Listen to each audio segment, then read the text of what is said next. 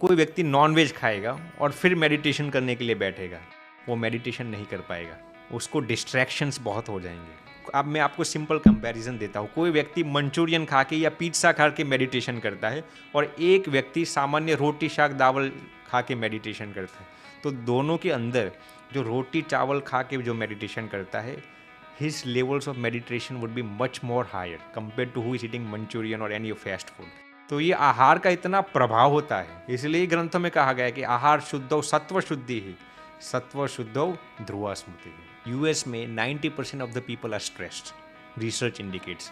हमारे हिंदुस्तान की सरजमीन पर भी स्ट्रेस डिप्रेशन की मात्रा बहुत बढ़ रही है। इसका अमोघ उपाय तो एक ही है, भगवान की शरणागति, भगवान का नाम स्मरण करना। ये एक ऐसा ब्रह्मास्त्र है जिसके ज़रिए आपका चाहे कितने भी स्ट्रेस हो, कितने भी डिप्रेशन हो, वो सब चला जाएगा। हम इंसानों की एक कमज़ोरी होती है कि हम भगवान पर विश्वास नहीं रख सकते, और भगवान की एक कमज़ोरी ये होती है कि वो कभी भी किसी का विश्वासघात नहीं कर सकते।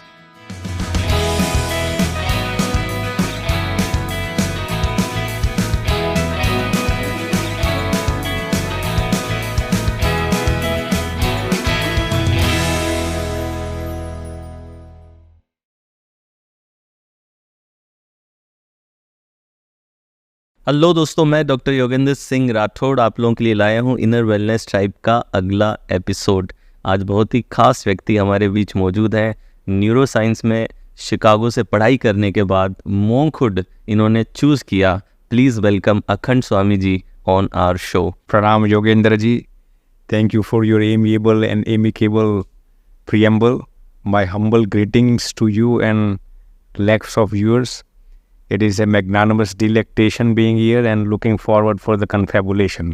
सो Swami ji, how it started neuroscience की पढ़ाई, और वहाँ से एक कंप्लीट आई थिंक त्यागी सन्यासी जिसे कहते हैं, वो रास्ता आपने कैसे चुना? कब आपको लगा कि आपको इस डायरेक्शन में जाना है? देखिए Yogendra ji, before answering that question, I would like to succinctly delineate about my personality. Normally type A और टाइप बी दो किस्म की पर्सनैलिटीज़ होती है जी। तो people with type A personality, they are more aspiring, they are more ambitious, they are more diligent, and most significantly of all they are more result oriented. These are the benefits associated with type A personality. Type A personality की negative side, antagonistic side ये है कि sometimes they could get more aggressive, sometimes they could get more impatient, and they could get more stressed out. Type B जो personality है, the benefits associated with type B personality is they are more friendly, fun-loving, and a good dreamer. But the negative side associated with type B personality is that sometimes they could get self-indulgent, they could get lazy, sometimes they tend to procrastinate, सोचते कि आज का काम कल करेंगे, कल का काम परसों करेंगे। तो हमारी जो पर्सनैलिटी थी जब हम कॉलेज में थे, तो हमारी टाइप ए पर्सनैलिटी थी। So I was always that type of guy that I want A's in all my exams.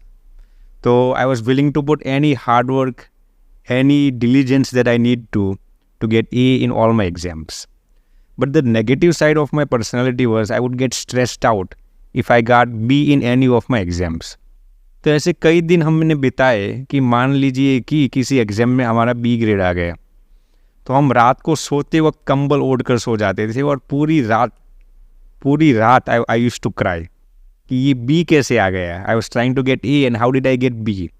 तो I used to get stressed out. तो this was the negative side of my personality. लेकिन जो positive side थी कि भी I want more result oriented nature. तो when I was in college, one question perpetually haunted me. What is the purpose of my life? This question used to exasperate me a lot कि मेरी ज़िंदगी का मकसद क्या है। तो हमने बहुत ही उहापोह किया और बाद में हमें ये मालूम पड़ा कि हमारी ज़िंदगी का मकसद ये है कि to experience and to aspire for the cardinal level of happiness. इस दुनिया में जो भी श्रेष्ठ आनंद है उसकी अनुभूति करना, वो मेरी ज़िंदगी का मकसद है। तो फिर मैंने ये रिसर्च शुरू कर दिया कि am I experiencing that happiness right now. तो फिर रिसर्च करके मुझे ये मालूम पड़ा कि indisputably no, I am not experiencing that happiness right now. तो फिर हमने हमारे जीवन पर आत्मनिरीक्षण शुरू कर दिया। जैसे कि हमारी जो फैमिली थी, I came from a well to do family, family was socially, gregariously and financially well set. Mother loved me, father supported me, brother patronised me. तो परिवार की ओर से बहुत प्रेम था। Whatever aspirations I had, family members used to finish that off. फिर भी मुझे अंदर से एक ऐसी फीलिंग आती थी, as if I am missing something important in my life. वो जो खालीपन था, जो एकाकीपन था, as if I was destitute of something significant in my life.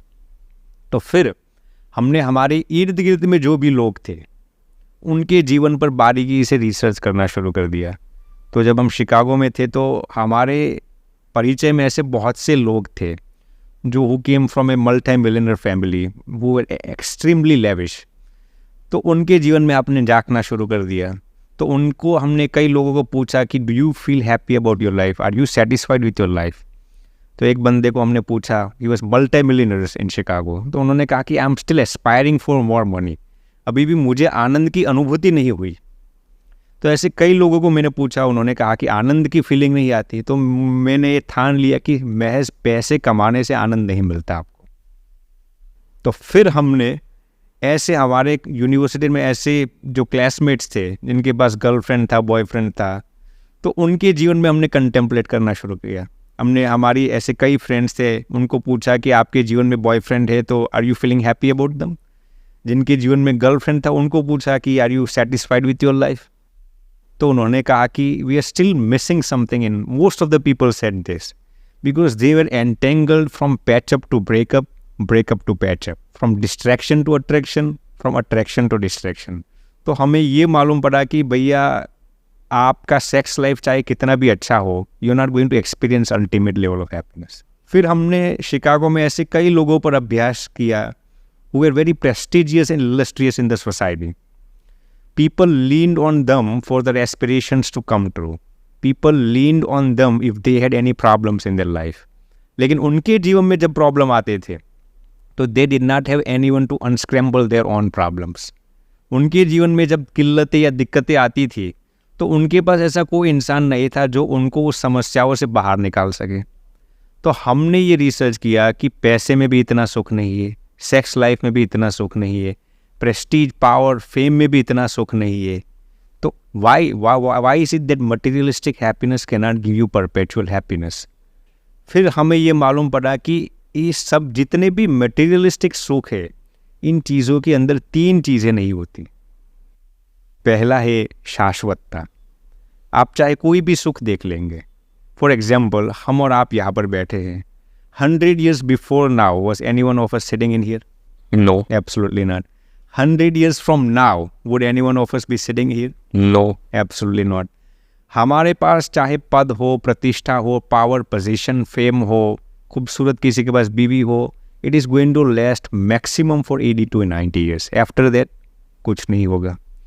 So I decided that all the happiness in this world, all the materialistic happiness in this world are very temperamental, transient, ephemeral, evanescent, fugacious and very fleeting. They are not going to last that. True. दूसरी चीज़ हमने जो देखी, जितने भी materialistic सुख है, none of those happiness are fearless. जैसे आप देख लीजिए पावर, पोजीशन एंड पोस्ट।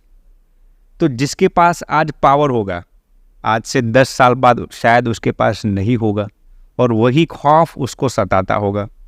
जैसे आज भी एक सीएम है, मुख्यमंत्री है एक स्टेट के, वो हमारे बहुत करीब के मित्र हैं जी। तो कुछ दिन पहले ही हमारी उनसे फ़ोन पर बात हुई थी, तो वो बता रहे थे, हमें कुछ चर्चाएं हो रही थी, तो वो हमें बता रहे थे कि Swami ji, I am still not experiencing ultimate level of happiness. मैंने पूछा क्यों, तो उन्होंने हमें बहुत ही निखालस हृदय से बताया, स्वामी जी आज हम सीएम की पदवी पर है, आज से 5 साल 10 साल के बाद हम नहीं भी हो सकते।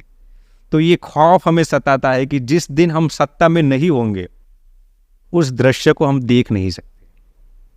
बहुत ही निखालस हृदय से बोल रहे थे। तो ये हमने देखा कि पावर, पोजीशन, पोस्ट का भी हैप्पीनेस परपेचुअल नहीं होता, उसको घुमाने का डर होता है, खौफ होता है। जैसे किसी के पास, जैसे ये सेलिब्रिटीज़ जितने भी होते हैं, एक अच्छे सेलिब्रिटीज़ हमारे मित्र हैं, ही स्टिल वेरी यूथ, और एक से एक ब्लॉकबस्टर फिल्म देते हैं आज भी। तो उनसे हमारी चर्चा हो रही थी, वो हमें बता रहे थे कि Swami ji, I always like looking young, ये आप इट इज़ वेरी ऑब्वियस कि सेलिब्रिटीज़ के बॉडी अट्रैक्टिव होने चाहिए, ग्लैमरस होने चाहिए, लेकिन उनको भी वो खौफ था कि एक दिन हमें वृद्ध होना पड़ेगा। So the fear of getting old, the fear of getting डोटा डिलापिडेटेड, एक दिन तो वृद्ध होना है, चाहे आप कितने भी बोटॉक्स की इंजेक्शंस ले ले, जितनी भी कॉस्मेटिक थेरेपीज आप ले ले, लेकिन एक दिन तो आपको वृद्ध होना ही है, शरीर का जर्जर होना सुनिश्चित है। और तीसरी चीज़ ये कि none of the happiness are fathomless, meaning कोई भी सुख असीम नहीं है।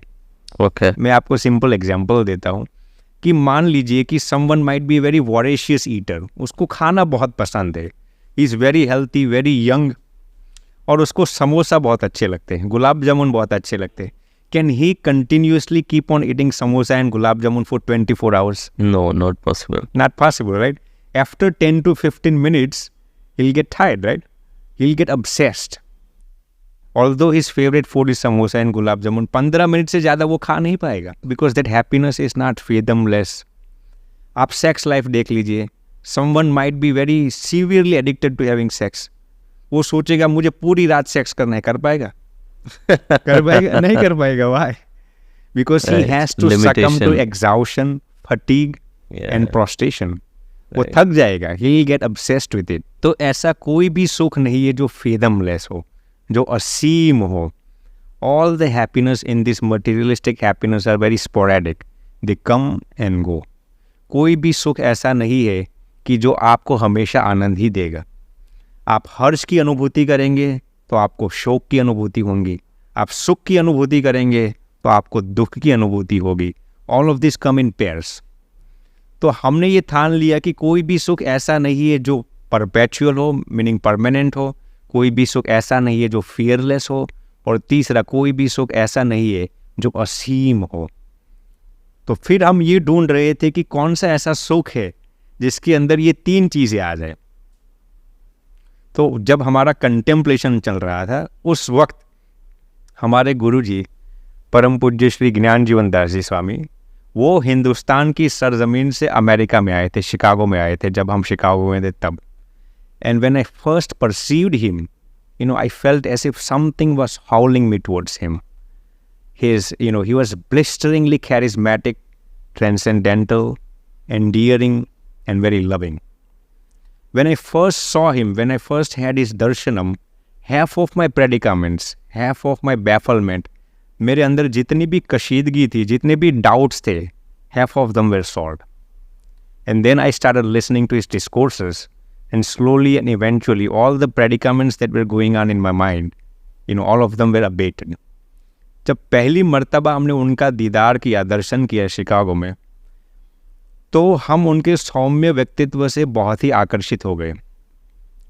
उनकी मनोस्थिति जो थी, उनकी आभामंडल जो थी, उनकी मुखाकृति पर जो चमक थी, जो चमचमाहट थी, जो आभा थी, जो करिश्मा थी, जो ब्रह्मचर्य का ज्वाजल्यमान तेज था, वो वाकई बेमिसाल था। और इसकी वजह से हम बहुत ही आकर्षित हो गए।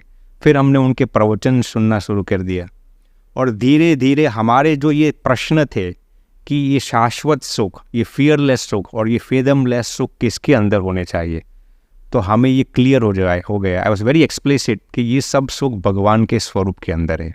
सो I am very indebted to him. हम उनके बहुत ही शुक्रगुजार है कि उनकी वजह से हमें ये ज्ञात हुआ कि भगवान में ऐसा सुख है।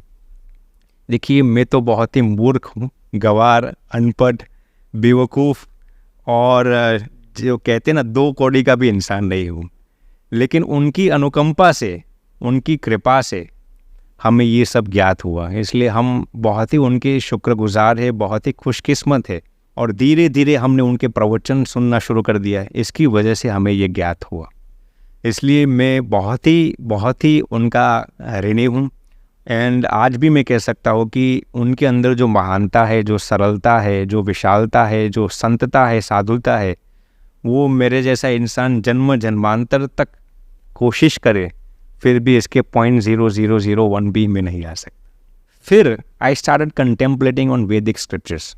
ओके। हमारे जितने भी सनातन स्क्रिप्चर्स हैं, जैसे कि श्रीमद् भगवद गीता, भागवतम, मुकुंदमाला स्तोत्र, नारद भक्ति स्तोत्र, वेद, उपनिषद, Shikshapatri, Vachanamrut, Bhakta Chintamani, Harililamrut, I read all the scriptures very meticulously.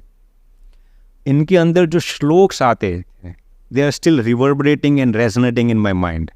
जैसे कि सर्वधर्मान परित्यज्य मामेकं शरणं व्रज, अहम त्वा सर्व पापेभ्यो मोक्षयिष्यामि मा शुचः, मत्तः परतरम नान्यत् किंचिदस्ति धनंजय, मयि सर्वमिदं प्रोतं सूत्रे मणिगणा इव रसो वै सः। तो ये सब श्लोक सुनकर हमारे अंदर जितने भी क्या मीनिंग होगा इसका जी ऑडियंस के लिए? जैसे कि सर्वधर्मान परित्यज्य, भगवान श्री कृष्ण गीता में कहते हैं सर्वधर्मान परित्यज्य मामेकं शरणं व्रज, माने भगवान श्री कृष्ण अर्जुन को कहते हैं सभी धर्मों का तू त्याग कर दे। जितने भी सो कॉल्ड धर्म से उनका तो धर्म माने ये नहीं कि हिंदू मुसलमान ऐसे धर्म नहीं, गृहस्थी धर्म हो या सन्यासी धर्म हो, कोई भी धर्म हो, उन सभी धर्मों को तू त्याग दे। मामेकं शरणं व्रज, मेरी ही एक शरण में आ जा, मेरी शरण में नहीं, मेरे ही एक की ही शरण में आ जा, एक्सक्लूसिवली मी एंड मी। अहम त्वा सर्व पापेभ्यो, तेरे जितने भी पाप है, जितने भी दूषित कर्म है, मैं उन सभी पापों को नष्ट करके मेरी शरण में ले लूंगा। मोक्ष ईशामी मा शुचः, मैं तुझे मोक्ष दिलाऊंगा, तू शोक न कर। तो ऐसे हमने बहुत से वेद और उपनिषद के श्लोकों का अध्ययन किया और फिर आई वॉज वेरी एक्सप्लिसिट कि ये सुख भगवान के अंदर ही है। Okay, I was now explicit कि भगवान के अंदर ही मान लीजिए अब सुख है। Now how do I obtain, how do I reach to that happiness? तो फिर हमने ये कंटेम्पलेट करना शुरू कर दिया। फिर हमें ये मालूम पड़ा कि if you want to experience the happiness of God, there are two things. One is you love God unconditionally, भगवान के साथ बिन शर्ती प्रेम कीजिए, भगवान का नाम स्मरण कीजिए। दूसरी चीज़ है serve others very altruistically and selflessly, माने जितने भी भागवत है उनकी सेवा करिए निस्वार्थ भाव से। ये दो चीज़ हमें मालूम पड़ी भगवत प्राप्ति के लिए। तो फिर हमने फिर कंटेम्पलेट करना शुरू कर दिया, ये दोनों चीज़ों को हम हमारे जीवन में कैसे इंकॉर्पोरेट करें। तो फिर देन आई रियलाइज कि आप स्पिरिचुअल तभी हो सकते हैं जब आप दूसरों की निस्वार्थ सेवा करते हैं, और आप जब दूसरों की निस्वार्थ सेवा करते हैं तो आप स्पिरिचुअल है ही। It is vice versa. तो हमने ये ठान लिया कि मेरे लिए मॉन्कहुड ही बेस्ट ऑप्शन होगा जहाँ पर ये मैं दोनों चीज़ों को इम्प्लीमेंट कर सकूँ। Because monkhood lies on the principle, it lies on the bedrock that you serve others altruistically. True, because monkhood, I found monk way to be the best way where I can plant a tree under whose tree I do not plan to sit. Because जितने भी संत लोग हैं उनकी विचारधारा ऐसी होती है कि वो ऐसे वृक्ष के बीज बोते हैं जिस वृक्ष के नीचे वो नहीं बैठने वाले, माने जिसके अंदर पूरी निस्वार्थता है। Okay, I found monkhood to be the best way, और इसलिए हमने ये मार्ग को चयनित किया। और दूसरी चीज़ हमारे जीवन में हमने एक ऐसी चीज़ का दीदार किया, इसके अतिरिक्त ये तो हमारा खुद का कंटेम्पलेशन था, हमारे खुद के विचार और ऊहापोह थे हमारे, जब हम शिकागो में पढ़ते थे। और ये घटना आज तक मैंने किसी भी मंच से सार्वजनिक नहीं की, ये पहली मर्तबा मैं आपके साथ साझा करता हूँ। बहुत बहुत धन्यवाद इसके लिए। Even my friends in Chicago they are not acquainted with this incident. ये पहली मर्तबा मैं सार्वजनिक करता हूँ। प्लीज। तो हमारा एक मित्र था जिसका नाम था Chris. He was merely 23 to 24 years old, or he was going for medical school. He was very smart, very intelligent, very sagacious, very stout-hearted, very brave, but unfortunately and distressingly he was an atheist. वो भगवान में यकीन नहीं करते थे, पढ़ने में बहुत ही स्मार्ट थे। तो जब भी हमारा फ्रेंड सर्कल था, हम भगवान की बातें करते थे, तो जब भी भगवान की बात आती थी वो तुरंत वहाँ से निकल जाते थे या फिर कहते ये सब नॉनसेंस है, इंग्लिश में बोलते थे। तो एक हमने बहुत प्रयत्न किया, हमारे जितने भी ग्रुप सर्कल में थे, we give him many testimonials, many proof that God does exist. तो धीरे धीरे वो एथियस्ट में से एग्नोस्टिक हो गए, माने पहले प्योर नास्तिक थे, अब धीरे धीरे अनिश्चयवादी, माने गॉड कुड एग्जिस्ट, गॉड भगवान हो भी सकते और नहीं भी हो सकता है, ऐसी विचारधारा पर अब न्यूट्रल हो गए। लेकिन उनके जीवन में एक ऐसा माजरा आया कि एक दिन उन्हें, मैंने पिछले 1 हफ्ते से उनको बहुत ही बुखार आता था। वो डॉक्टर को दिखाने से मना करते थे। हमने लोगों ने कहा आप दिखाइए, डॉक्टर को दिखाया तो रिपोर्ट्स में ये उनको ये मालूम हुआ कि he suffering from leukaemia, blood cancer. ओहो, and it was 4th stage blood cancer. OMG. Now doctors told him that he won't be able to survive more than 2 to 3 months. अब हमें तो ये मालूम नहीं था, वो डॉक्टर्स के पास गए थे। तो मंडे में वो यूनिवर्सिटी में आते हैं और बहुत ही उदास बैठे थे। ये ऐसा बंदा था, वो हर दिन हमें आनंद में रखता था, क्योंकि न्यूरोसाइंस की पढ़ाई बहुत ही डिफ़िकल्ट होती है, तो पूरे दिन पढ़ते रहना होता है ना। तो ये बंदा हमें आनंद में रखता था। तो कैफेटेरिया में हम जितनी भी बार जाते हैं बहुत आनंद कराता था हमें। इस दिन वो बहुत ही उदास और मायूस बैठा था, बहुत ही मनहूस था। He was extremely melancholic. तो हमने उनको पूछा क्या हो गया है, वो बताने से हमें मना करता था। सब ने बहुत जिक्र किया, फिर उन्होंने हमें धीरे से बताया कि doctors told me that I am suffering from 4th stage blood cancer, और अब मैं आप सभी के बीच 2 से 3 महीने से ज़्यादा नहीं रह पाऊँगा। हम लोग भी उदास हो गए क्योंकि हमारे करीब के मित्र थे। तो वो फिर घर पे जाते, हमने उनको बहुत ही प्रोत्साहन दिया, लेकिन ऑब्वियसली छोटी उम्र में जब किसी को मृत्यु दिखाई देती है तो ही becomes very melancholic, very sad. घर पे जाता है, 1 हफ्ता यूं ही बिताता है, और एक दिन उसे स्वप्न में भगवान स्वप्न में आते हैं और उन्हें इंग्लिश में कहते हैं कि I am going to cure your cancer, please don't worry. अब ये तो नास्तिक, मैंने एग्नास्टिक था, he is not going to believe in all this things. तो पूरी रात तो ऐसे बीत गई। दूसरी रात में भगवान उसके स्वप्न में आते हैं और कहते हैं I am going to cure your cancer, please don't worry. He thought that all of this things are nonsense. तीसरे दिन भगवान उसके स्वप्न में आते हैं। भगवान यही इस बार उसके सर पे हाथ रखा और कहा बेटे I am going to cure your cancer, please don't worry. तो ये तीसरे दिन तक लगातार भगवान अब उसको तो ये भी मालूम नहीं था कि ये कौन से भगवान है। He was a white guy, he was so he didn't, हमारे हिंदू भगवान से वो परिचित नहीं था। तो वो कैफेटेरिया में आता है तीसरे दिन के बाद, जब लगातार 3 दिन तक ये इंसिडेंट होता है।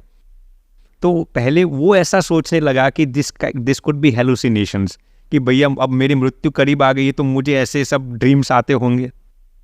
तो फिर हम जितने 5-6 लोग बैठे थे, 5-6 लोग बैठे थे कैफेटेरिया में, और हमारी बगल में एक लड़की थी, she was born and raised in US, उनका नाम था रिया, लेकिन वो हिंदू थी।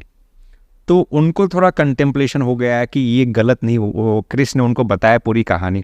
तो वो लड़की ने कहा कि ये गलत नहीं हो सकता, क्योंकि हमारे हिंदू स्क्रिप्चर्स में ऐसे बहुत से इंसिडेंट्स बनते हैं। तो वो रिया, उस लड़की ने उनको कहा कि भगवान वाकई तुम्हारे स्वप्न में आए थे, तुम इसको सामान्य रूप से मत लेना। वो कहता है all of this things are nonsense, I don't believe in all this things. मैं जीसस क्राइस्ट को भी नहीं मानता, तो हिंदू भगवान में मैं कैसे यकीन करूँगा। सही बात है। तो फिर वो लड़की जो रिया थी और हमारे साथ 3-4 और भी मित्र थे, हमने सोचा कि इसको एक बार हम ब्लड रिपोर्ट्स करवाने के लिए ले जाए। शायद ये यकीन नहीं करेंगे, लेकिन हमें यकीन हो गया था कि भगवान अब इसका कैंसर नील कर देंगे।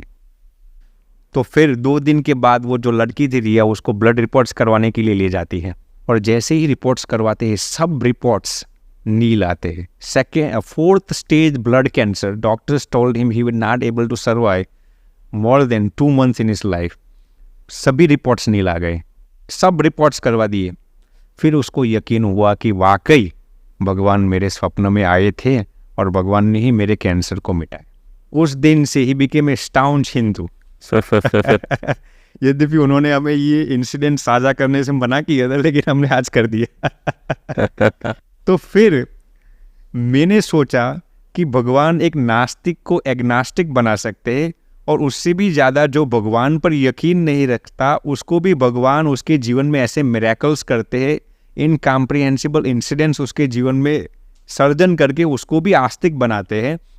तो यदि मैं मेरी ज़िंदगी भगवान को समर्पित कर दूंगा तो भगवान मेरे लिए क्या क्या नहीं कर पाएंगे।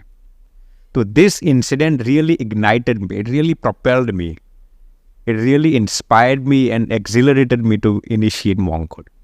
लवली। सो फिर अपने पेरेंट्स को कैसे आपने बताया, क्योंकि आपको तो चीज़ें सब समझ में आ गई, लेकिन माता पिता तो अपना प्यार रखते हैं बच्चे के प्रति, जी और आप तो त्यागी सन्यासी हैं, मतलब सब कुछ आपको छोड़ना पड़ा होगा। जी। तो ये किस तरीके से हुआ कि माता पिता ने कब एक्सेप्ट किया, कैसे आपने बताया? देखिए, ये पूरी प्रोसेस में 4 साल लग गए थे। पहले तो हमने जब डिसाइड किया मुझे संत बनना है, तो फाइनल डिसीजन तक में आया, उस पूरी प्रक्रिया में 4 साल लग गए थे। 4 साल का 4 लंबा साल कंटेम्पलेशन Because, चला है। वो मैं आपको बाद में बताऊंगा कि क्यों 4 साल लगे। जी। तो पहले ये चैलेंज तो पूरा हो गया, मुझे संत बनना है वो सुनिश्चित हो गया।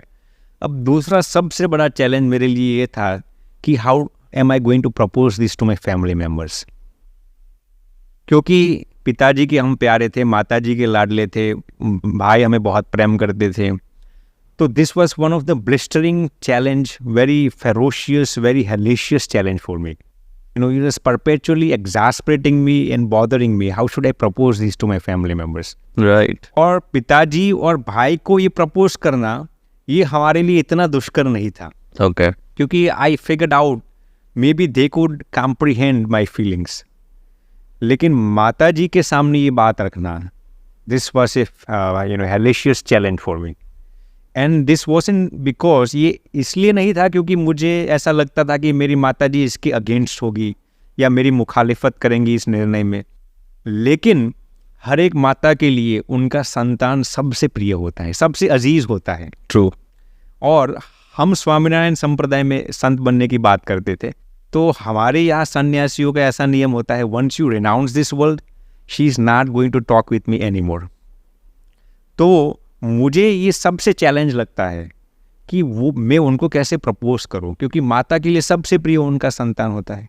तो मैं हर दिन भगवान को प्रार्थना करता रहा, भगवान आप कुछ चमत्कार करना, आप कुछ चमत्कार करना।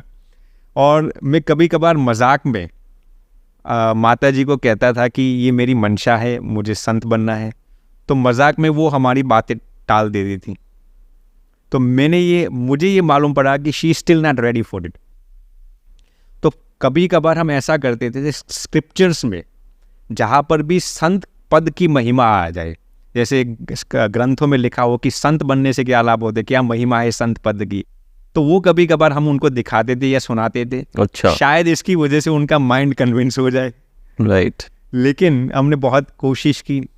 तो एक दिन हमने साहस करके हमने सीरियसली उनको बता दिया कि मुझे संत बनना है। तो फिर जैसे ही मैंने उनको कहा, I remember she started weeping, वो बिलखने लगी और रोने लगी, और उस पूरे दिन उन्होंने उपवास कर दिया। तो उस दिन मैंने फिगर आउट कर लिया कि she still not ready to accept it. तो फिर हमने और प्रार्थना तेज़ी से करना शुरू कर दिया। Normally during the week days we used to study 10 to 12 hours a day. Weekends में हम जॉब करते थे, तो वीकेंड्स में जॉब से जब रिटर्न आते थे रात को तो हम रास्ते में से हाई कैपेचिनो, माने हाई कैफीन वाला जो कैपेचिनो ड्रिंक आता है, जो एस्प्रेसो ड्रिंक आता है, वो ले लेते थे। हाई कैफीन वाली ड्रिंक हम इसलिए लेते थे कि पूरी रात हम भगवान को प्रार्थना कर सकें।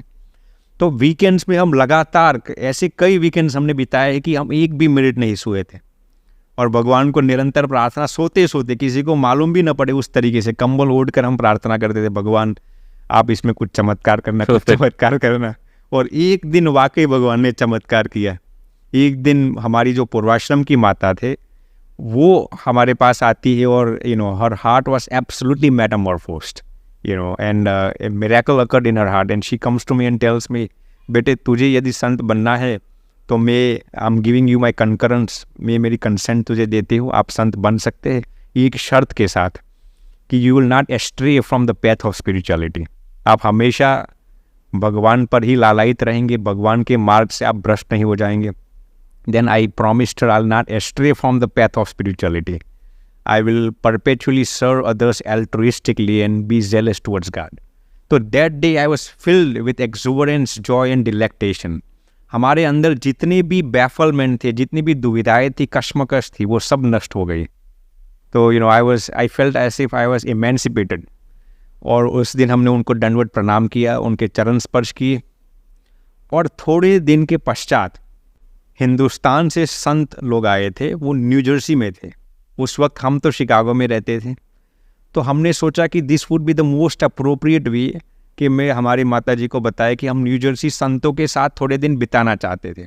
ऑल्दो उन्होंने हमें परमिशन दे दिया था, लेकिन हम जानते थे कि एक माता का हृदय बहुत ही कोमल होता है। तो if I directly tell her मैं अब संत बनने के लिए जा रहा हूँ, अब कभी भी आपको नहीं मिलूंगा, I am sure she will get intimidated. तो हमने उनको ऐसा कहा कि अब न्यू जर्सी में संत आए तो उनके साथ मैं थोड़े दिन बिताना चाहूँगा। तो उन्होंने मुझे कंसेंट दिया। अब देखिए मेरे अंदर तो ये सुनिश्चित था कि I am not going to return back, मैं अब वापस नहीं आने वाला। तो उनको भी ये प्रेडिक्शन आ गया था कि अब ये वापस आने वाला नहीं है। तो आई रिमेंबर कि उस दिन वो हमें ड्रॉप करने के लिए आते हैं एयरपोर्ट पर, तो उनकी आंखों में से आंसू बहते थे अनराधार, और हमारी अंतरात्मा भी बहुत बिलख रही थी, लेकिन फिजिकली हम हमारी आंखों में से आंसू नहीं दिखा रहे थे, क्योंकि यदि हम भी सेंटिमेंटल हो जाएंगे तो उनकी आंखों में से और भी आंसू बहने लगेंगे।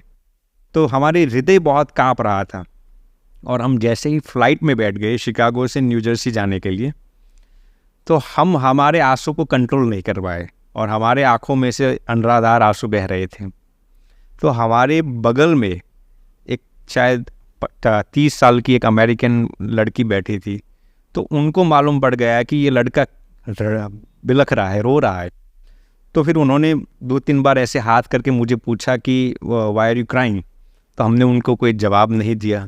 उन्होंने 3-4 बार हमें पूछा।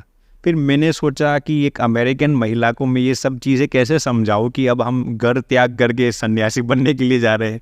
ये तो अमेरिकन लोग हैं, वाइट लोग हैं, उनको ये सब चीज़ें कैसे मालूम पड़ेगी। फिर भी उन्होंने बहुत जिक्र किया। फिर हमने उनको पूरी कहानी सुना दी कि अब हम गृह त्याग करके हिंदुस्तान में संत बनने के लिए जाना चाहते हैं। तो फॉर्चुनेटली वो जो लड़की हमारे बगल में बैठी थी, she was although she was American, she staunchly believed in Hinduism.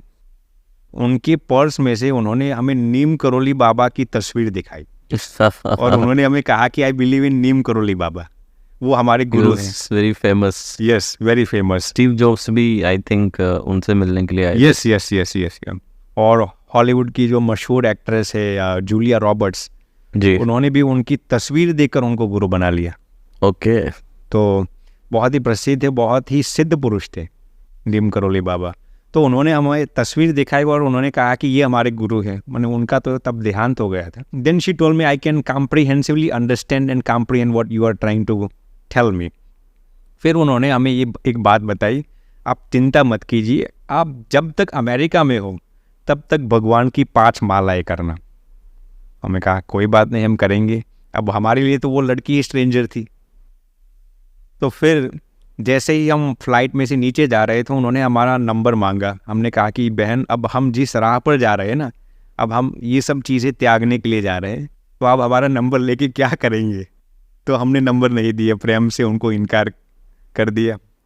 लेकिन ऐसी चीज़ हुई कि हम जैसे ही एयरपोर्ट पर उतरे तो हमारी जो बैगेज थी वो मिल नहीं रही थी, हमारी जो बैगेज। फिर हमने लॉस्ट जो एयरपोर्ट्स पर जो डिपार्टमेंट्स होता है वहाँ पर कंप्लेन लिखवाई, और 3-4 दिन के बाद ये वही महिला का हमारे पर फ़ोन आता है जो हमारे बगल में बैठी थी, और उनका फ़ोन आता है कि आपकी जो बैग लॉस्ट हो गई थी वो गलती से मेरे पास आ गई है।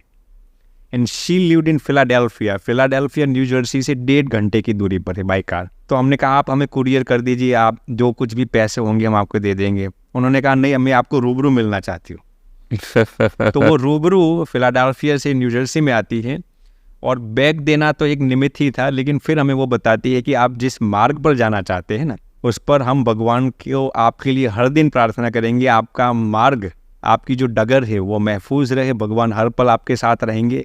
उन्होंने हमें एक मशवरा दिया कि आप कभी भी ये मत सोचना कि भगवान आपके लिए क्या नहीं कर पाएंगे, आप 100% भगवान पर यकीन रखना। और कहा कि 5 मालाएं भगवान की करना। हमने वो नियम को शुरू कर दिया, और फिर वो चली गई।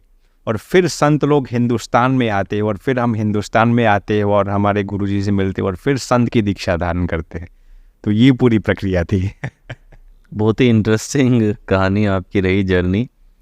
आपने अभी बात की थी कि एक ऐसा हैप्पीनेस चाहिए जिसमें जो ट्रांजिएंट ना हो, जो अनफेथमेबल हो, या फिर फियरलेस हो। तो ऑलमोस्ट 1 डेकेड से ज़्यादा हो गया है जब आपने मॉन्कहुड धारण किया था। तो क्या है वो खुशी, क्या आपको मिली है अभी तक या मिलनी बाकी है, जिसमें फियर भी नहीं है, जिसमें जो ट्रांजिएंट भी नहीं है और जो असीम है? देखिए, पहले तो संत बनने की एक गरिमा होनी चाहिए। जैसे कि कोई एंटरप्रेन्योर है, तो if he is not feeling passionate about his field, he is not going to succeed in his field.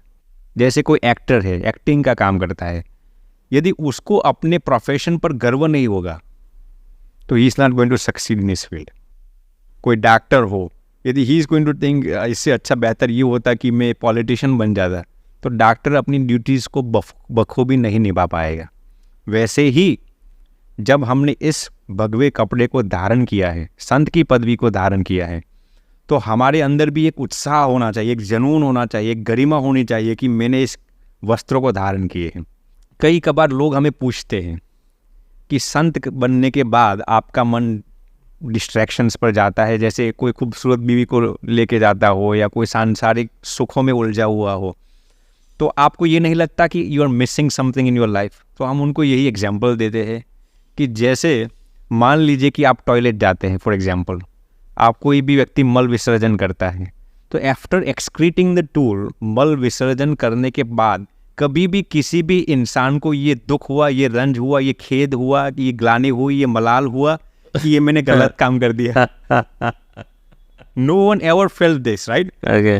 आप जैसे ही मल त्याग करते हैं कोई भी व्यक्ति, तो उसको अंदर से सुकून मिलता है। नो वन एवर थॉट कि ये मैंने गलत काम कर दिया मल त्याग करके। वैसे ही ये एग्जाम्पल से मैं ये बताना चाहता हूँ, संत के लिए जितने भी सांसारिक सुख है, जितने भी मटेरियलिस्टिक हैप्पीनेस है, उसके लिए मलवत है। एक बार संत ने ये सब सुख त्याग दिए तो कभी भी उसको ऐसा नहीं लगता कि मैंने ये गलत चॉइस ले ली। सच्चे संत की मैं बात करता हूँ। जैसे कि कोई व्यक्ति खूबसूरत महिला के साथ जाता होगा, तो संत को कभी ये नहीं लगता कि वो हाउ फॉर्चुनेट ही इज। जैसे किसी के पास बहुत धन हो, प्रतिष्ठा हो, पावर हो, तो संत को कभी ये नहीं लगता कि ओ ये कितना फॉर्चुनेट है, कितना लकी है, कितना खुशकिस्मत है कि उसके पास इतनी दौलत है, इतनी शोहरत है। क्योंकि संत के पास एक ऐसी दौलत होती है, एक ऐसी शोहरत होती है जो किसी के पास नहीं होती, और वो है भगवान का आनंद। एक बार जब कोई भी इंसान भगवान के आनंद को एक्सपीरियंस कर लेता है, ये जितने भी सांसारिक सुख है उसको बहुत ही ट्रिवियल लगते हैं। तो मैं ये ज़रूर कहना चाहूँगा कि संत बनने के बाद हमें ज़रूर सार्थकता लगती है। जैसे देखिए, गजराज जब चलते हैं तो कभी भी कुत्ते भौंकते हैं तो गजराज पीछे मुड़ के नहीं देखते। गजराज हाथी को कभी ये नहीं सोचता कि कुत्ते भौंकते हैं तो मैं भी पीछे देख लूँ। वैसे ही ये जितने भी कुत्ते माने जितने भी मटेरियलिस्टिक हैप्पीनेस है, वो जब संत के पीछे दौड़ते हैं, एक्सेप्ट कीजिए, हमारा एक्सेप्टेंस कीजिए, तो संत कभी मुड़ के पीछे नहीं देखता, क्योंकि उसका मकसद ही अलग होता है। तो सच्चा संत कौन है? बिकॉज आजकल हम सोशल मीडिया पे कई बार देखते हैं कि बहुत से संत हैं जो हेलीकॉप्टर में घूम रहे हैं, 1-1, 2-2, 5-5 करोड़ की गाड़ियों में घूम रहे हैं, आजू बाजू में बॉडीगार्ड्स चल रहे हैं, और मतलब कि एक नॉर्मल व्यक्ति से ज़्यादा मटेरियलिज्म उनके आसपास दिखता है। तो क्या उन्हें संत कहा जा सकता है? इस पर मैं ऐसे कोई व्यक्ति पर कोई कमेंट नहीं करना चाहता, लेकिन देखिए, संत जो चीज़ है ना, संतता, जैसे संत का अर्थ ये नहीं कि यही वेशभूषा में संत हो सकता है, आपकी वेशभूषा में भी संत हो सकता है। ये वस्त्र से कोई लेना देना नहीं है। ओके। संत इसी को कहा जाता है जिसके भी भगवान और उनके बीच जिसका कनेक्शन बहुत डीप हो। ओके। संत इसको कहा जाता है जो सांसारिक सुखों से पर हो। ऐसा नहीं है कि वो हेलीकॉप्टर में घूमता है इसलिए संत नहीं है, ऐसा नहीं है कि वो बॉडीगार्ड रखता है इसका अर्थ ये है कि ये संत नहीं है। ये तो बाह्य चीज़ें हैं। और ऐसा भी नहीं है कि सब त्याग करके बैठ गए इसलिए वो संत हैं। कभी कभार मन में, जैसे कोई संत ऐसे भी होते हैं कि सब कुछ त्याग दिया है लेकिन मन से अय्याशी बवंडर लेती है, काम वासना बवंडर लेती है। फिर ऐसे एक्सपोज भी होते हैं, ऐसे संत से एक्सपोज भी लगातार होता है। एक्सपोज होते तो जाते ये हैं। पूरा माजरा जो है वो आंतरिक माजरा है। ऐसी बाह्य चीज़ों से किसी को जज करना वो ठीक नहीं है। तो ये कैसे व्यक्ति पता लगाए कि कोई संत जो है वो बिल्कुल एक ऑथेंटिक, एक सच्चा संत है, और एक संत जो है वो सिर्फ छलावा कर रहा है या फिर मास्क है, अपना कोई मे बी स्वार्थ के लिए कर रहा है? दोनों में क्या ऐसे फीचर्स होते हैं या क्या सिम्टम्स होते हैं जिससे एक अंदाज़ा लग सके जैसे आप एक त्यागी हैं और इतने स्ट्रॉन्ग पाथ पे आप चलते हैं? तो बहुत बार ऐसा होता है कि कुछ लोग जनता को मैनिपुलेट कर लेते हैं, जी ठीक है, और उनकी श्रद्धा का, उनके कन्विक्शन का, उनकी आस्था का गलत फ़ायदा भी उठा लेते हैं। जी बिल्कुल। तो आपने तो इतने सारे लोग देखे हैं, तो कैसे पता लगता है कि अगर ये गुण है तो ये बिल्कुल सही चल रहा होगा, और अगर ऐसा कुछ है तो कुछ चांसेस हैं कि गलत हो सकता है? इसका कोई स्पष्ट मार्कर नहीं है, क्योंकि यदि आपको रियल संत को आइडेंटिफाई करना है जी, तो कभी भी देखने से मालूम नहीं पड़ता। जब आप उनके साथ व्यवहार करते हैं, ग्रंथों में लिखा है व्यवहारेन साधु, मने जब आप उनके साथ व्यवहार करते हैं तब आपको मालूम पड़ता है कि वो वाकई सच्चे संत है या नहीं। व्यवहार मने जब आप उनके साथ संगति करते हैं, तो संगति में धीरे धीरे आपको ये ज्ञात होता है। वैसे तो कहा गया है कि जिसका जीवन सरल होता है, जिसका जीवन सहज होता है, उसको संत कहते हैं। माने अंदर से सादगी होनी चाहिए, अंदर से सरलता होनी चाहिए। ऐसा नहीं कि बाहर से, कभी कभार कोई लोग ऐसे भी होते हैं, बाहर से बहुत रुष्ट पुष्ट होते हैं, बाहर से माने उनका स्वभाव बहुत एग्रेसिव होता है, अंदर से बहुत शांत होते हैं। तो संत की परिभाषा, अच्छे संत को आइडेंटिफाई करने के लिए ये सबसे महत्वपूर्ण है, आप उनकी संगति में रहिए, तब ही ये मालूम पड़ता है। एक दिन के लिए, जैसे ऐसे कई संत हैं आज सोशल मीडिया पर बहुत ही फेमस है, और ऐसे कई संत हैं जो सोशल मीडिया पर आए ही नहीं। जैसे कि मैं आपको सिंपल एग्जांपल देता हूँ, जैसे प्रेमानंद जी महाराज वृंदावन में, तो आज से 10 साल पहले किसी ने उनका नाम नहीं सुना था। तो इसका अर्थ ये नहीं कि वो संत ही नहीं थे, अच्छे संत आज पूरे हिंदुस्तान में छाए हुए हैं। तो इसका अर्थ ये नहीं है कि अब वो सच्चे संत हैं। सोशल मीडिया पर हो या न हो, प्रवचन करते हो या न हो, लोग उनको पहचानते हो या न हो, लेकिन सच्चे संत अंदर से होते हैं, और आपको तभी मालूम पड़ेगा जब आप उनकी संगति में रहेंगे। सो आप जैसे एक त्यागी सन्यासी हैं, तो बाय रूल क्या क्या चीज़ें डिसिप्लिन में आती हैं कि आप ये कर सकते हैं और ये आप नहीं कर सकते? वैसे हमारे संतों के नियम बाह्य रूप से बहुत ही दुष्कर है। मैंने कोई पहली मर्तबा जब सुनेगा तो ही विल थिंक दैट इतने दुष्कर नियम है हमारे संतों के जो नियम है। और इसीलिए मैंने आपको बताया थी कि मुझे 4 साल क्यों लग गए ये डिसाइड करने में, क्योंकि this was in something that like what college I plan to attend, what degree I plan to pursue, or what business I plan to initiate.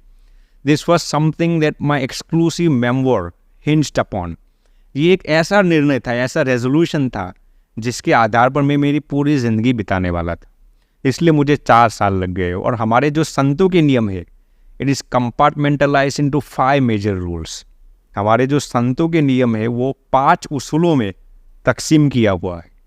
सबसे पहला नियम ये है निष्कामी वर्तमान, माने ब्रह्मचर्य।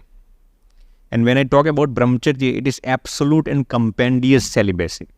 माने एक श्लोक आता है, मैं आपको सुनाता हूँ। स्मरणम कीर्तनम केली प्रेक्षणम गुह्य भाषणम संकल्पो अध्यवसायश्च क्रिया निष्पत्ति रेवच। माने ब्रह्मचर्य 8 विभाजनों में तकसीम किया हुआ है ब्रह्मचर्य। और आजकल ऐसा नहीं है कि देखिए आपको किसी महिला को देखकर ही काम वासना उत्तेजित हो तो वही काम वासना, ऐसा नहीं है। आजकल होमोसेक्सुअलिटी की मात्रा भी बहुत बढ़ गई है। तो मर्द हो या महिला, किसी को देखकर जो भी चीज़ आपकी अय्याशी को बुलंद करती है, आपकी हवस को बुलंद करती है, उससे आपको परहेज रखना है। तो पहली चीज़ इस श्लोक में ये आई, स्मरणम, मने आपकी काम वासना को उत्तेजित करे ऐसा कोई भी चिंतवन करना। स्मरणम मने चिंतवन, विजुअलाइज, उसका चिंतवन करना। दूसरी चीज़ आई कीर्तनम, मने ऐसी बातें करना जो आपके सेक्सुअल डिज़ायर को एग्रेवेट करे। तीसरी चीज़ आई कीली, जिसको हम इंग्लिश में कहेंगे फ्लर्टिंग। ऐसे व्यक्तियों के साथ फ्लर्टिंग करना जिससे आपकी काम वासना बुलंद हो जाएगी। चौथी चीज़ आई प्रेक्षणम, मने ऐसी चीज़ें देखना यूट्यूब में या रूबरू में जिस व्यक्ति को देखकर आपकी काम वासना बुलंद हो जाए, इसको प्रेक्षणम कहते हैं। पांचवी चीज़ आई गुह्य भाषणम, मने एकांत में ऐसे व्यक्ति के साथ चर्चा करना, एकांत में यूट्यूब पर ऐसे वीडियोस देख लेना, सोशल मीडिया के जरिए ऐसे व्यक्ति की संगति में आना एकांत में, जो आपकी काम वासना और अय्याशी को बुलंद करे। छठी चीज़ इसमें आई संकल्पो, मने संकल्प करना कि मुझे ये लड़की चाहिए, मुझे इसके साथ काम वासना करनी है, ये 6th चीज़ आई संकल्पो। 7वीं चीज़ आई अध्यवसाय, मने कि आपको दृढ़ रेजोल्यूशन कर देना कि मुझे इसके साथ सेक्सुअल इंटरकोर्स करना ही है, जो दृढ़ रेजोल्यूशन कर लिया आपने। और 8वीं चीज़ आ गई क्रिया निष्पत्ति रेवच, मने साक्षात सेक्सुअल इंटरकोर्स कर लेना। तो ये 8 चीज़ों से अपने आप को बाज रखना, वंचित रखना, इसको ब्रह्मचर्य कहा गया है। और हमारे सन्यासियों के नियम में ऐसा है, यदि काम वासना के विचार भी आ जाए, आपने प्रैक्टिकल नहीं किया, वर्तन में नहीं लाए, विचार भी आ जाए, तब भी एक उपवास करना पड़ता है, निरंतर उपवास करना पड़ता है। जैसे किसी को देखकर यदि मेरी अय्याशी बुलंद हो जाए तो मुझे एक उपवास करना पड़ता है। यदि स्वप्न दोष हो जाए मन, जिसको हम नाइट फॉल्स कहते हैं, तब भी एक उपवास करना पड़ता है। क्योंकि ग्रंथों में दक्ष स्मृति में कहा गया है कि मरणम बिंदु पाते न जीवनम बिंदु धारणात्, मने वीर्य का नाश ही मृत्यु है और वीर्य का संरक्षण ही जीवन है। तो जब भी नाइट फॉल्स हो जाए तब एक उपवास करना पड़ता है। फिर किसी ने मैस्टरबेशन कर लिया, किसी ने कर मैथुन कर लिया, हस्त मैथुन कर लिया, तो 4 दिन के लगातार उपवास होते हैं। ऐसा नहीं कि आज उपवास किया फिर थोड़े दिन के बाद किया, लगातार 4 उपवास निरंतर, नींबू पानी ऐसा कुछ नहीं। तो ये ब्रह्मचर्य का नियम हमारे सन्यासियों का होता है, meaning it is absolute and compendious celibacy. ये ऐसा ब्रह्मचर्य है जो शारीरिक रूप से भी किया, मानसिक रूप से, कर्म से, आप सभी को ये इम्प्लीमेंट करना है। ऐसा नहीं है, देखिए कोई लोग, एक बंदा मुझे मिला था, वो कहता था मुझे संत बनना है लेकिन मैं ब्रह्मचर्य का पालन नहीं कर पाऊंगा। तो मैंने कहा आपके लिए ये संत आश्रम है ही नहीं। कोई युद्ध भूमि में जाना चाहता है लेकिन कहेगा मैं शस्त्र नहीं उठाऊंगा, तो उसके लिए युद्ध भूमि है ही नहीं। वैसे ही कोई कहेगा कि ये मेरी कमजोरी है कि मैं ब्रह्मचर्य का पालन नहीं कर पाऊंगा, तो उसके लिए ये संन्यास आश्रम है ही नहीं। ऐसा भी नहीं है कि जब आप संत बनने के लिए आए तो आपकी काम वासना होनी ही नहीं चाहिए, लेकिन आप ज़रूर उस पक्ष में तो ज़रूर होने चाहिए। आपका ये रेजोल्यूशन तो होना चाहिए कि मुझे ये सब का त्याग करना है। यदि आप जानबूझकर मैस्टरबेशन करते, यूट्यूब पर ऐसे खराब वीडियोस, अश्लील वीडियोस देख रहे, तो ऐसे लोगों के लिए संत आश्रम है ही नहीं। सही बात। तो ये पहला नियम हो गया 8 प्रकार के ब्रह्मचर्य का। दूसरा नियम हमारा हो गया निस्वादि वर्तमान, मने you keep yourself abstain from all the delicious, scrumptious and luscious foods। मने हमारे संतों के लिए ऐसा कहा गया है कि हमें ऐसा डिज़ायर नहीं करना है कि आज मुझे पिज्ज़ा खाना है, आज मुझे मंचूरियन खाना है, आज मुझे टाको खाना है, आज मुझे समोसास खाना है। जो भी प्रसाद बनाया जाता है वो भगवान को अर्पित करके आपको लेना है। और ऐसा भी नहीं कि चलिए ये खा लेंगे, ये खा लेंगे। हमारा नियम ऐसा होता है कि एक लकड़े का बर्तन होता है, हम स्टील में या ग्लास में भोजन नहीं ले सकते। लकड़े का एक बर्तन होता है, राउंड बर्तन होता है, उसके अंदर जो कुछ भी चीज़ आ जाए, जैसे गुलाब जामुन हो या समोसा हो, जैसे दाल हो, गरम दाल हो या ठंडा फ्रूट सलाद हो, सब चीज़ों को एक साथ मिलाना है। ऐसा नहीं कि चलिए अब एक समोसा खा लिया तो अब गुलाब जामुन खाएंगे, ऐसा अच्छा, नहीं। ऐसा भी रूल है? हाँ, ऐसा रूल है। तो आप जब भी भोजन लेता है तो टेक्निकली ऐसा होना चाहिए कि आपकी जिह्वा को, आपके टेस्ट बड्स को ये मालूम नहीं होना चाहिए कि हम चेरिशिंग गुलाब जामुन और समोसा। इतना आपको मिक्स और एमलगेमेट करना है। और आप ये सोचेंगे कि इसका क्या कारण है जी। कोई लोग हमें बताते हैं कि इतना शरीर को कष्ट देकर क्या लाभ है। तो ये सब चीज़ें साइंटिफिकली प्रूवन है। ये ग्रंथों में लिखा है कि सर्वेशाम इंद्रियानाम ही शोभ हेतु रसोमतः तन्मूला सकला दोषा प्रवर्तन्ते अगहेतवः। मने भगवान श्री कृष्ण ने गीता में कहा है कि काम, क्रोध और लोभ नरक के द्वार है, पाप के द्वार है। तो ये काम की उत्पत्ति हो, क्रोध की उत्पत्ति हो या लोभ की उत्पत्ति हो, ये तीनों की उत्पत्ति का एक कारण रसास्वाद है, मने अच्छी अच्छी चीज़ों को खाना। इसलिए ही भगवान ने कहा है कि सर्वे इंद्रियाणि जियानि रक्षणातु विशेषता, मने सभी इंद्रियों को अपने वश में करना है, लेकिन सबसे महत्वपूर्ण अपनी जिह्वा इंद्रिय को कंट्रोल में लेना है। देखिए, मैं आपको सिंपल एग्जांपल देता हूँ कि मान लीजिए कि आप कोई व्यक्ति नॉनवेज खाएगा और फिर मेडिटेशन करने के लिए बैठेगा, वो मेडिटेशन नहीं कर पाएगा, उसको डिस्ट्रैक्शंस बहुत हो जाएंगे। अब मैं आपको सिंपल कंपैरिजन देता हूँ। कोई व्यक्ति मंचूरियन खा के या पिज्ज़ा खा के मेडिटेशन करता है, और एक व्यक्ति सामान्य रोटी शाक दावल खा के मेडिटेशन करता है, तो दोनों के अंदर जो रोटी चावल खा के जो मेडिटेशन करता है, his levels of meditation would be much more higher compared to who is eating Manchurian or any fast food. तो ये आहार का इतना प्रभाव होता है, इसलिए ग्रंथों में कहा गया है कि आहार शुद्धौ सत्व शुद्धि ही सत्व शुद्धौ ध्रुवा स्मृति ही, इसलिए हमारे ग्रंथों में कहा गया है।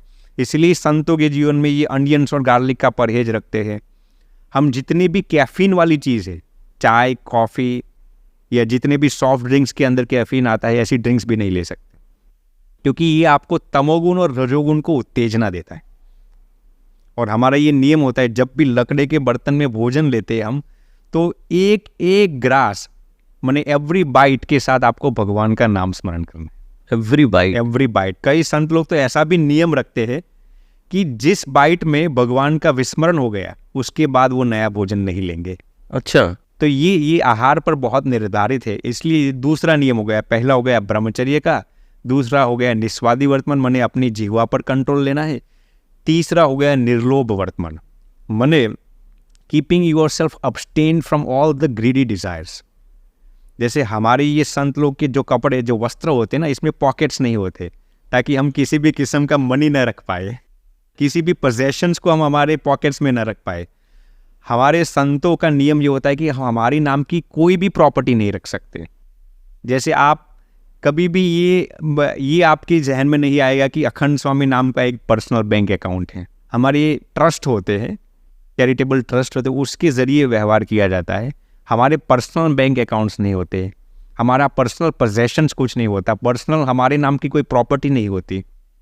और ये जितने भी वस्त्र रखते हैं ना, ये 2 जोड़ वस्त्र रख सकते हैं हम, जैसे आज ये और दूसरे दिन के लिए दूसरी जोड़, इससे ज़्यादा हम वस्त्र भी नहीं रख सकते। तो ये वाले भी जो आप लोगों का ये है वेशभूषा है, वो भी 2 ही अलाउड है? 2 ही अलाउड, एक धोई जाएगी, दूसरी पहनी जाएगी, ऑल्टरनेट चलेगी, वो ऑल्टरनेट चलेगी। और संतों के लिए कहा गया है कि हमारे खुद के लिए हमें कभी भी अय्याशी वाला जीवन नहीं जीना, माने मौज शौक वाले हाई फाई चीज़ें रखना, ये हमारे लिए वंचित है। लेकिन जब दूसरों के लिए ये चीज़ें करनी है, जैसे हमारा जीवन ऐसा होना चाहिए कम से कम खर्च में यापन हो जाए हमारा। अगर कोई आपको तोहफा देता है या गिफ्ट देता है तो भी आप लोग नहीं लेते हैं, मंदिर में दे देते हैं, और फिर मंदिर में से किसी ज़रूरतमंद इंसान को दे देते हैं। जैसे कोई गरीब आया, कोई बेचारा ज़रूरतमंद व्यक्ति आया, तो उनको हम भेंट में दे देते हैं। तो ये हमारे संतों का तीसरा नियम है, निर्लोभ वर्तमान, माने keeping your self completely secluded from all the greedy desires. वहाँ तक लिखा गया है कि आपको जैसे किसी पोजेशंस को एक्वायर करने का भी संकल्प हो जाए। यदि आपको ऐसा लगे कि जैसे कोई गृहस्थ को ऐसा लगता है मुझे मिलियनर बनना है, वैसे संत को यदि ऐसे विचार आ जाए कि मुझे धन एक्यूमुलेट करना है, विचार भी आ जाए, तब भी आपको एक उपवास करना पड़ता है। ये सब आंतरिक चीज़ें हैं, आपकी बिहेवियर में आ जाए तब नहीं, लेकिन जब से विचार हो जाए तब से ही आपको अपने आप को प्रायश्चित करना है दंड देके। तो ये तीसरी चीज़ हो गई निर्लोभ वर्तमान। चौथी चीज़ हो गई निस्नेही वर्तमान, मने कि आप जब इस दीक्षा को धारण करते हैं, उसके पश्चात आप अपने जितने भी रिलेटिव्स हैं, जैसे शिकागो में हमारे जो कोई फादर मदर ब्रदर होगा, उनके साथ हम किसी भी किस्म का संबंध नहीं रख सकते। ना तो बात कर सकते हैं, ना मिल सकते हैं, खत लिख सकते हैं? नहीं, खत भी नहीं लिख सकते। खत भी नहीं लिख सकते। हमारे संन्यास आश्रम में 14 साल हो गए, दीक्षा लिए 10 साल हुए, पूर्ण कुल मिलाकर 14 साल हो गए।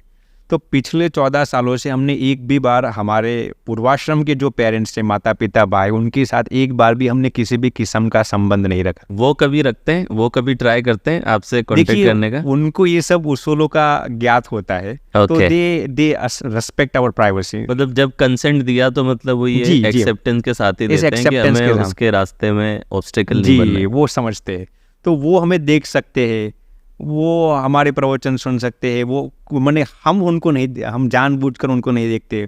माने ऐसा नहीं कि चलिए 10 साल हो गए हमारे संन्यास लिए, तो किसी के द्वारा इनडायरेक्टली हम पूछवाए, अरे हमारी माताजी क्या करती है आप जानकर हमें बताइए, हमारे भाई कौन सा बिजनेस करते हैं आप हमें जानकर बताइए। तो ये सब चीज़ें कम्प्लीटली वर्जित हैं। अच्छा, मगर कोई इनडायरेक्टली बताए, आप पूछ नहीं सकते, लेकिन अगर कोई आके बताए तो सुन तो सकते हैं उसमें? माने हम अवॉइड करते हैं सुनना। फिर हम इसका एक कारण है, क्योंकि हमारे लिए संत बनने के बाद, जैसे संत बनने के बाद हमारा नाम भी तब्दील हो जाता है।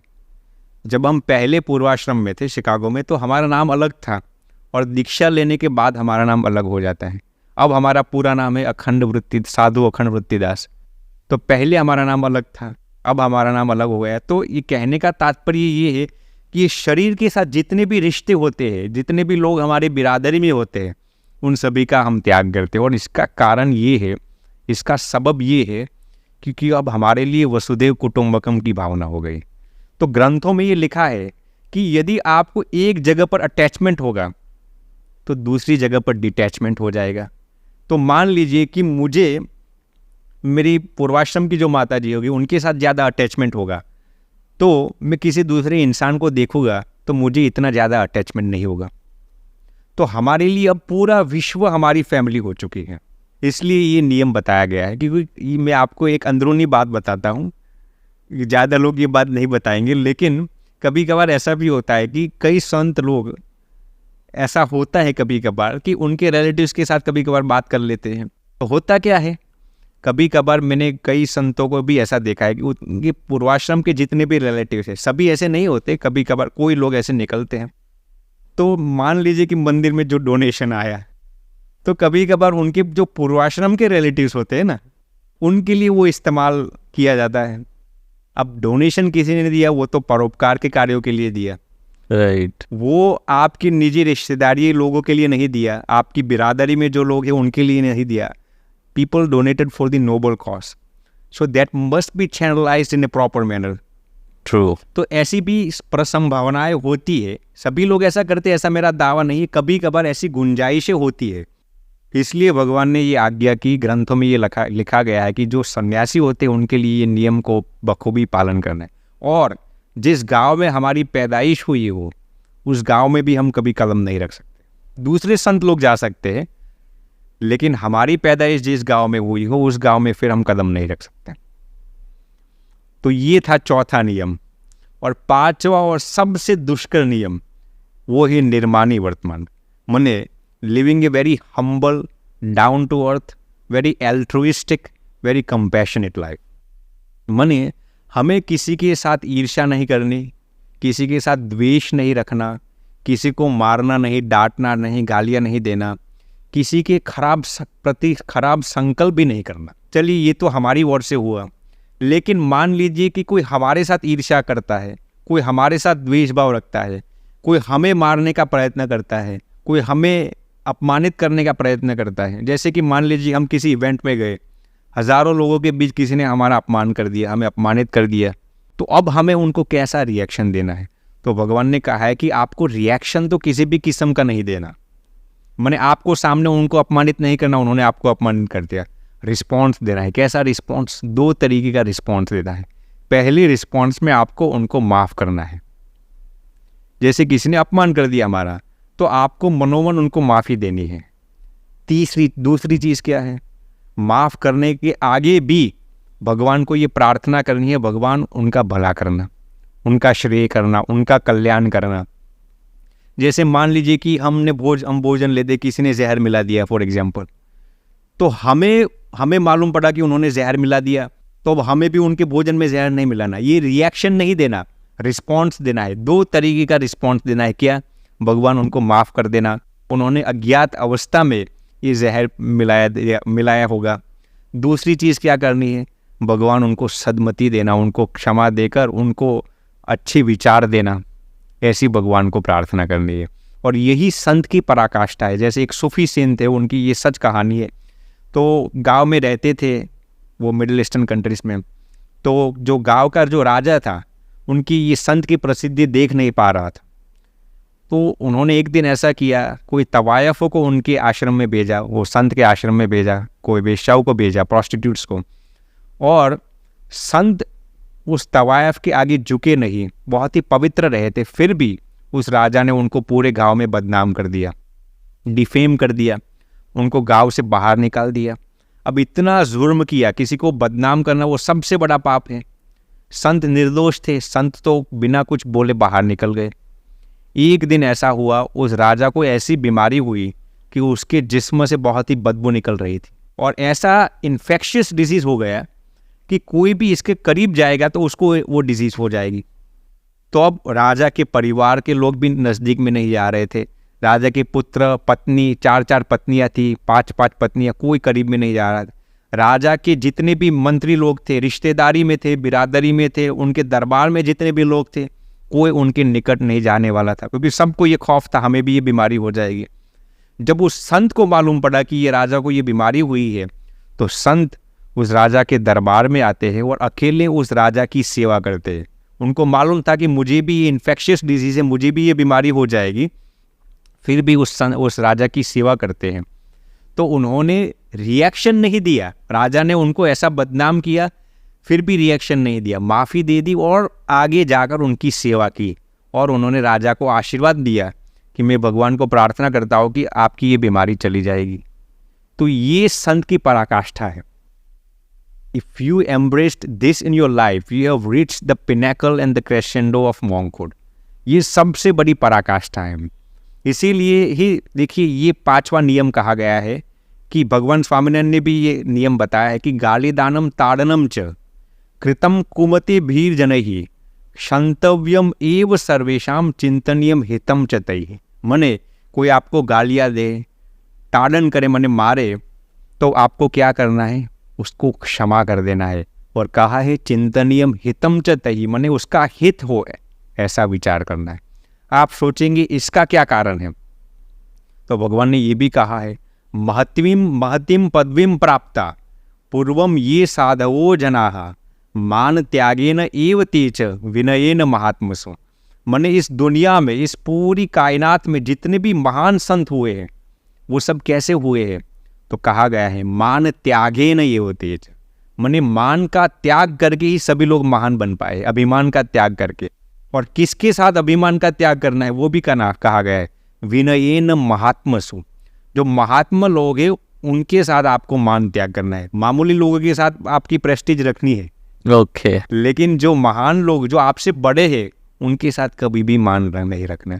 इसलिए ये 5वां नियम है। देखिए ये किसी ने बखूबी बताया है कि जैसे कोई कहता है ना कि नफस नफस में बिखरना बुलंदी है, तो उसमें ये भी कहा गया है कि बुलंदियों पर पहुंचना मुश्किल नहीं है, लेकिन बुलंदियों पर ठहरना मुश्किल होता है। तो ये जो नियम है, 5वां नियम निर्माणी वर्तमान, वो बुलंदियों प्राप्त करने के बाद माने संत लोग तपश्चर्या करेंगे तो उनके अंदर ये साधना और वो सब तो आएगी ही, तपश्चर्या का बल आएगा। तो वो बुलंदी को टिकाने के लिए ये नियम है। कहा गया है कि वो बुलंदी किस काम की जनाब, इंसान चढ़ जाए लेकिन इंसानियत गिर जाए। वो बुलंदी किस काम की जनाब, इंसान चढ़े और इंसानियत गिर जाए। तो ऐसे ही कहा गया है कि वो बुलंदी किस काम की जनाब, संत प्रसिद्ध हो जाए और साधुता पीछे रह जाए। तो हमें ऐसा नहीं करना कि हम प्रसिद्ध हो जाए कि हमारी जो साधुता है वो पीछे रह जाए। बेशक बुलंदियों पर यकीन करते हैं हम, लेकिन पाँव के नीचे जमीन भी रखते हैं हम। ओके। तो ये संतों का जीवन है। माने संतों का इतना सरल और सहज उनका जीवन होना चाहिए। तो इसलिए ये 5 नियमों हमारे जीवन तकसीम किए हुए। पहला जैसे बताया वो ब्रह्मचर्य का, दूसरा निस्वादी वर्तमान, माने स्वाद से परहेज रहना है। तीसरा हो गया निर्लोभ वर्तमान, माने पैसे और धन से दूर रहना है। चौथा हो गया निस्नेही वर्तमान, रिश्तेदारों से दूर रहना है। और 5वां और सबसे कठिन, मान से दूर रहना है, अभिमान से दूर रहना है। Lovely. So before we move forward, one last question. आज इतना ज़्यादा स्ट्रेस लोगों के जीवन में है, जो आपने कहा मटेरियलिस्टिक पोजीशंस, आज बहुत लोग कोई पद के पीछे भाग रहा है, कोई अचीवमेंट्स गाड़ियों के पीछे भाग रहा है। तो ऐसी फास्ट पेस्ड लाइफ में जहाँ पे हर व्यक्ति कुछ पाने की चाहत में आज खुद की हेल्थ को ख़राब कर रहा है, स्ट्रेस ले रहा है, मेंटल हेल्थ ख़राब हो रही है, आप उन्हें क्या एडवाइस देंगे? वो क्या कर सकते हैं अपनी मेंटल हेल्थ को ठीक रखने के लिए, स्ट्रेस से बचने के लिए? देखिए इसके बहुत उपाय है। स्ट्रेस, डिप्रेशन, ये आजकल ऐसी बीमारियां हो गई है कि घर पर आप देखेंगे हिंदुस्तान में जो स्ट्रेस के लेवल्स, जैसे यूएस में 90% of the people are stressed, research indicates. हमारे हिंदुस्तान की सरजमीन पर भी स्ट्रेस, डिप्रेशन की मात्रा बहुत बढ़ रही है। इसका अमोघ उपाय तो एक ही है, भगवान की शरणागति, भगवान का नाम स्मरण करना। ये एक ऐसा ब्रह्मास्त्र है जिसके ज़रिए आपका चाहे कितनी भी स्ट्रेस हो, कितनी भी डिप्रेशन हो, वो सब चला जाएगा। देखिए, हम इंसानों की एक कमज़ोरी होती है कि हम भगवान पर विश्वास नहीं रख सकते, और भगवान की एक कमज़ोरी ये होती है कि वो कभी भी किसी का विश्वासघात नहीं कर सकते। मसले और मुश्किलें ज़िंदगी का हिस्सा है। कामयाबी, तकलीफ़ें कामयाबी की सच्चाई है। खुदा ने ये वादा नहीं किया कि आसमान हमेशा नीला ही रहेगा। खुदा ने ये वादा नहीं किया कि ज़िंदगी भर फूलों से भरी राहें मिलेगी। खुदा ने ये वादा नहीं किया कि सूरज है तो बादल नहीं, खुशी है तो गम नहीं, सुकून है तो दर्द नहीं। लेकिन खुदा ने ये वादा ज़रूर किया, यदि आप मुझ पर विश्वास रखोगे तो मैं आपको हर कठिनाइयों से बखूबी बाहर निकालूंगा। तो सबसे महत्वपूर्ण ये चीज़ है कि भगवान पर विश्वास रखना। इसके साथ साथ में मैं ये ज़रूर कहना चाहूँगा कि आज का जो सोशल मीडिया वाला जो युग है, जैसे आप देखेंगे तो अक्सर लोग, research indicates that a normal person spends 3 to 4 hours unnecessarily in India on social media. Unnecessarily I'm talking about. Normal व्यक्ति करता क्या है? लाल बटन यानी यूट्यूब को देखेगा या ग्रीन बटन व्हाट्सएप को देखेगा, पूरा दिन उसी में गवा देता है। तो रिसर्च ये भी बताता है कि one of the biggest reason for stress and depression is over exposure to social networking sites.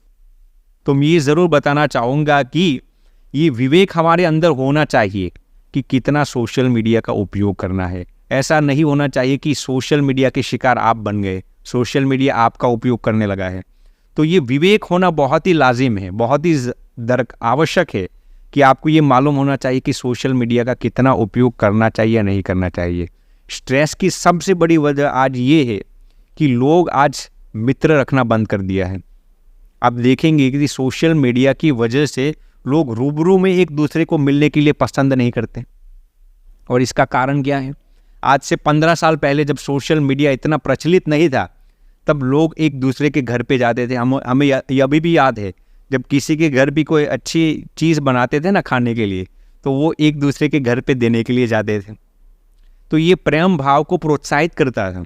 आजकल लोगों को ये भी मालूम नहीं आता उनके नेबर क्या होते हैं, उनके इर्द गिर्द में कौन से लोग रह रहे हैं। तो सबसे महत्वपूर्ण ये है कि सोशल मीडिया का विवेकपूर्ण उपयोग करना। मैं ये नहीं कहना चाहूँगा कि सोशल मीडिया का उपयोग बंद कर दीजिए। हम संत लोग हैं, हम भी इसका भरपूर उपयोग करते हैं, लेकिन इसका विवेक होना चाहिए, आपको कितना उपयोग करना है जी। यदि ये विवेक नहीं होगा तो युवाओं के अंदर, युवा लोगों के अंदर, युवा पीढ़ी के अंदर स्ट्रेस और डिप्रेशन के जितने भी मसले हैं और भी बाहर आएंगे। इसलिए सबसे महत्वपूर्ण है भगवान की शरणागति, भगवान का नाम स्मरण, उसके साथ ये विवेक होना चाहिए कि सोशल मीडिया का कितना उपयोग होना चाहिए। बहुत ही मज़ा आया और काफ़ी इंटरेस्टिंग बातें आपने की कि कितना टफ रास्ता है ये, जिस रास्ते पे आप डिसीजन लेते हैं। और आई थिंक कुछ समय बाद तो it becomes a normal life for you, right, but it's a very difficult path और आप इतनी सरलता से इसे चल रहे हैं। सो बहुत बहुत धन्यवाद लोगों को गाइड करने के लिए।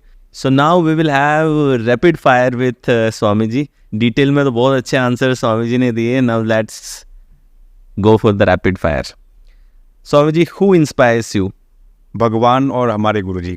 What is one subject you would like to learn more about? भगवान। How do you maintain inner peace and balance in your daily life? नाम स्मरण। Can you share a memorable spiritual experience? जब हमें संत बनना था, जैसे हमने आपको बताया, तो ये दुविधाएं थी कैसे संत बने, कैसे संत ना बने, लेकिन भगवान ने जिस तरीके से हमें संत बनाया है वही हमारे लिए सबसे बड़ा स्पिरिचुअल एक्सपीरियंस है। What advice would you give to someone seeking a deeper connection with their inner self? Just one advice: have strong and staunch faith in God.